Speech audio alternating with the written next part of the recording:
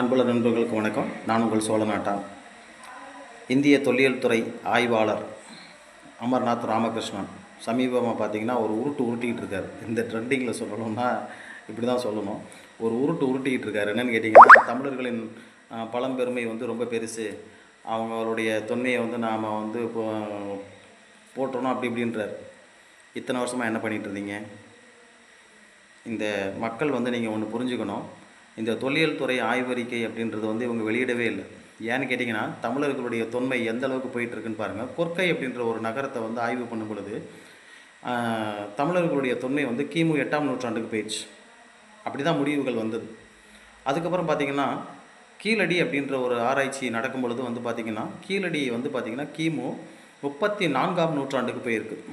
இந்த கீழடின்ற நகரத்தை நமது வரலாற்று ஆய்வாளர் மன்னன் என்ன சொல்கிறார் அப்படின்னு பார்த்தீங்கன்னா, இதுதான் பாண்டியர்களுடைய பழங்கால தலைநகரம் அப்படின்னு சொல்கிறார். பாண்டியர்களுடைய பழங்கால தலைநகரம். ஸோ அந்த அளவுக்கு இருக்கக்கூடிய ஒரு தொன்மை வாய்ந்த நகரத்தை 34ஆம் நூற்றாண்டு கிமு 34ஆம் நூற்றாண்டுக்கு போகக்கூடிய ஒரு வரலாற்றை இவங்க வெளியிடவே இல்லை. இவங்களெல்லாம் உங்களுடைய வரலாறை புரிஞ்சுக்கிட்டு தமிழர்களுக்கு நல்லது செய்ய போகிறாங்களா? மக்களே நல்லா புரிஞ்சுக்கோங்க. ஓட்டு போடுறப்ப பார்த்து ஓட்டு போடுங்க. இந்த நாய்களுக்கெல்லாம் ஓட்டு போட்டால் நம்மளை ஊற்றி மூடிடுவானுங்க.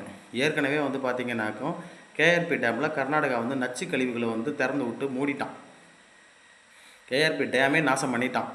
இனி காவிரி ஆற்றுல வரக்கூடிய ஒவ்வொரு சொட்டு நீரும் விஷமாகத்தான் இருக்கும். இந்த பக்கம் கேரளா பார்த்திங்கன்னா கோழிக்கழிவு கண்ட கருமாத்தரையும் கொண்டு கொட்டுறான்.